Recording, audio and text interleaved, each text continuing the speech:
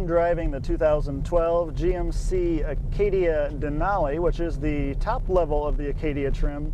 And you know, it's what we're familiar with. This vehicle has been on the market since '07, and it's not really been updated much since then. So we're driving a vehicle that's starting to feel a little behind the average in the marketplace. So it drives very nice, don't get us wrong, but I think the big problem we have with this vehicle dynamically in all of these, this is the Chevy Traverse, GMC Acadia, Buick Enclave, it kind of applies to all of them, is that they're very heavy vehicles.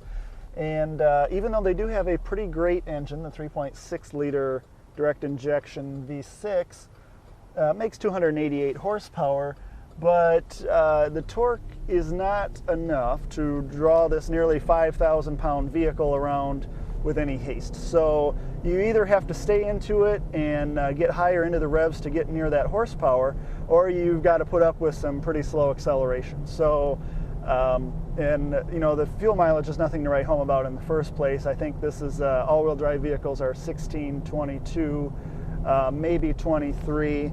So we're not exactly calling this you know, a fuel sipping crossover. This is a big vehicle.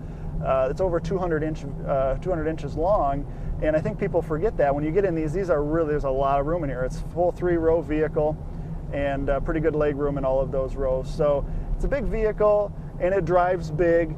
It has a great ride. I do like that. A nice ride quality, and they're quiet. Road noise is pretty minimal. Wind noise is pretty minimal.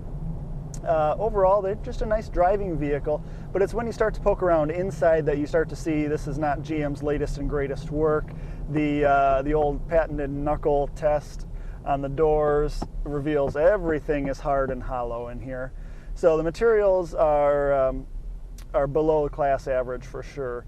The Denali package, of course, is dressed up with some wood and some, you know, nicer leather, and of course all the luxury features. We have the heads-up display, which some people like, some people don't, but we kind of are fond of. And I should mention, when you do get into the V6, it makes pretty good noises, so at least you get that reward. But again, the best thing for these vehicles is that in the next generation, we lose 500-600 pounds. That would really, probably not going to happen, but really help fuel economy, help overall drivability, and just make them feel a little less cumbersome.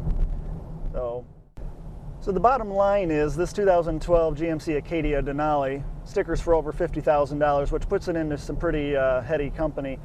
And you can get new Explorers, new Dodge Durangos with better interiors and arguably better looking outside too, for less money. So we have a hard time endorsing the Acadia. It's just feeling a bit past its sell-by date, and we want you to make sure you drive the competition, because this one doesn't offer up GM's latest and greatest, and we're looking forward to seeing what they can do in the next generation. But in the meantime, you're probably going to find what you're looking for elsewhere.